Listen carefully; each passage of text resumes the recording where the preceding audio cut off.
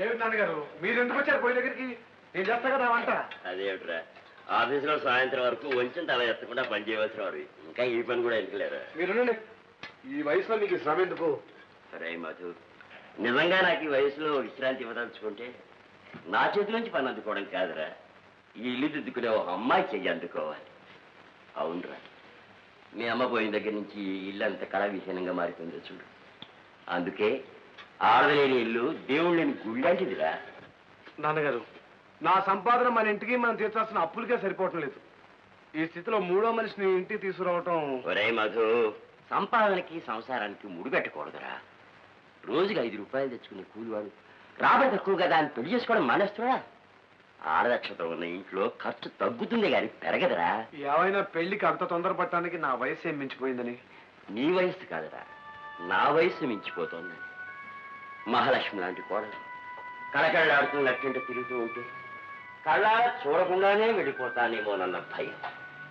ముద్దును మూటగట్టే మనవాళ్ళ చేత తాత అని పిలిపించుకోకుండానే కన్ను మూస్తాననే బాధ. ఏ వయసులో జరగాల్సిన ముచ్చట్లు ఆ వయసులోనే జరగాలిరా. చాలా కరెక్ట్ గా చెప్పారు. ఓహో, శాస్త్రి గారా? ఏ విశ్వనాథం గారు, ఆరోగ్యం బాగుందా? ఆహా, కూర్చోండి. ఇదేనా రావడం? మరే చక్కటి కుటుంబం, సాంప్రదాయ సిద్ధమైన వాతావరణంలో పెరిగిన పిల్ల, చిదిమి దీపం పెట్టచ్చు అనుకోండి. మన మధుకి అన్ని విధాలా తగ్గ సంబంధం అని ఆశతోటి ఈ పట్టణం వచ్చారు. ఎవరమ్మాయి అండి?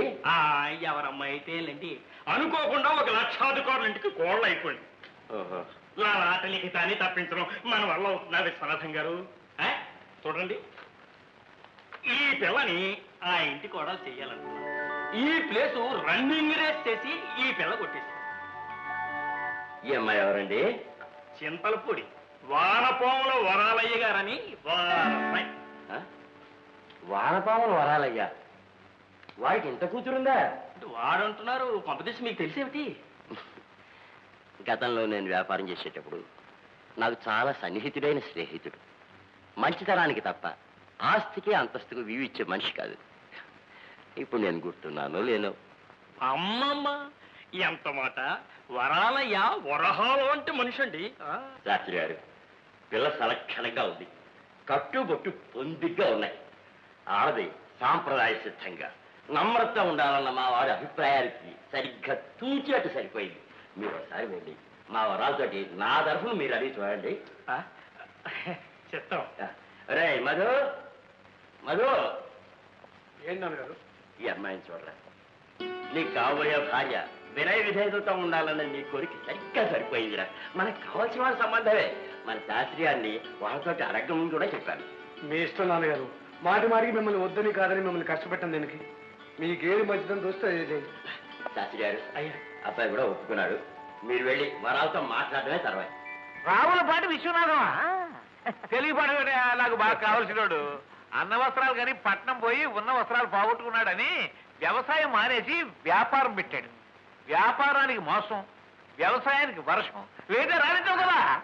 అతి మంచితనానికి పోయి దెబ్బతిన్నాడు పాపం. ఇక అతని కొడుకు నా కూతురు చేసుకుంటానంటే నాకు అంతకంటే కావాల్సింది ఏముందాయా? పట్నంలో కాపురం పెట్టాలనే ఆ అమ్మాయి కోరిక తీరుతుంది, ఒక పరువైన కుటుంబంతో విజయం అందుకున్నాననే సంతృప్తి నాకు కలుగుతుంది. ఏమంటారా? అయినా అమ్మాయిని మొక్క అడుగుదాం. అలాగే. అమ్మాయి అరుణా! హలో శాస్త్రి గారు, వచ్చేసారా? కొడుకులే లోటు తీరుస్తుందయా? అయితే మంచి అమ్మాయిని చూసి వాళ్ళ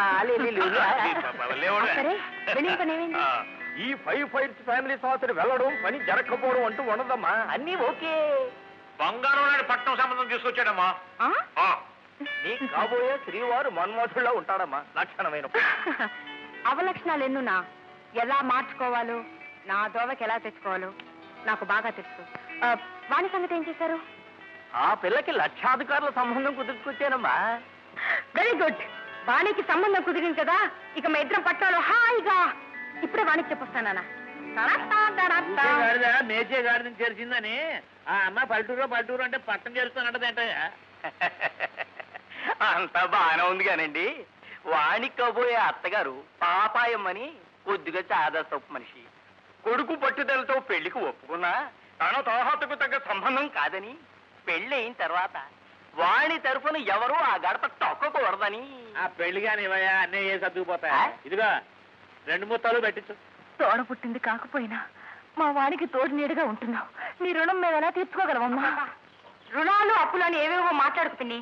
ఏ దంచే పిల్ల, రేపు మాఘ మాసంలో నీ మెడ వంచి మొగుడు వస్తున్నాడు. జాగ్రత్త. పోవే. అబ్బా ఎంత సిగ్గు.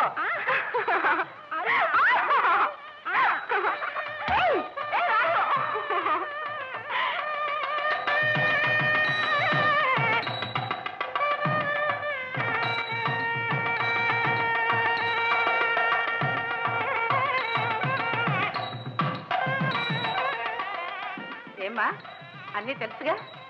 ఏమర్రా, మన కాలంలో పెద్దవాళ్ళు చెబితే గానీ మనకు అర్థమైతే వచ్చేది కాదు. కొట్టి ముద్రం. ఈ కాల పిల్లలకు మనం చెప్పాలా? వాళ్ళే నేర్పిస్తారు మనకి పాఠాలు. వెళ్ళమ్మా వెళ్ళు. ఏమేమో అందరికీ తాంబూలాలు ఇవ్వడం అయిందా? పద.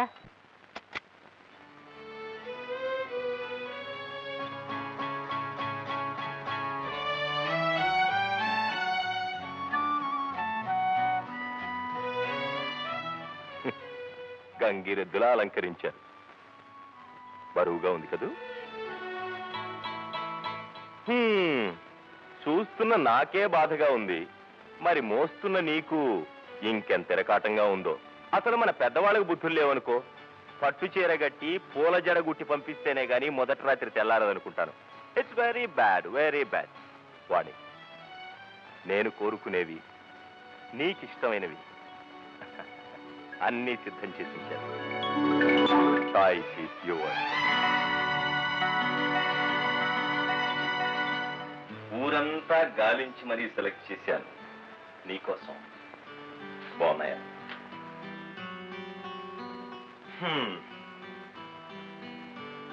అటు చూడు.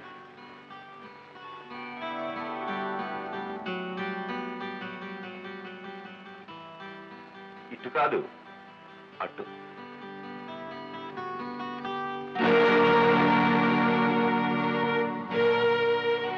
తొలి రాత్రి నాడు మధురమైన జీవితానికి నాందిగా పాలు తాగమంటుంది చాదస్తం. మత్తెక్కించే బ్రతుక్కి గుర్తుగా మందు కొట్టమంటుంది నాగరికత. డార్లింగ్, ఒక పెగ్గ వేస్తావా?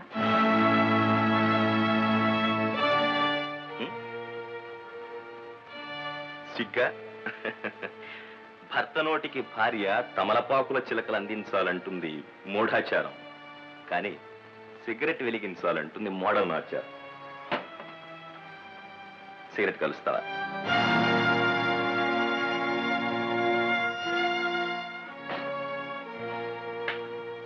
చూడు, ఇలా తలదించుకోవడాలు సిగ్గుపడ్డాలు నాకు గిట్టవు. నన్ను చూసి భయపడ్డానికి నేను దెయ్యాన్ని కాదు, భక్తి చూపించడానికి దైవాన్ని కాదు. భర్తని స్నేహితుడిగా చూసి ఆడవాళ్ళంటే నాకు ఇష్టం. కమా, ఎందుకు ఇంకా ఆలస్యం? నీకు ఇష్టం వచ్చిన డ్రెస్ సెలెక్ట్ చేసుకో. నేనెప్పుడు అటువంటి బట్టలు కట్టుకోలేదండి.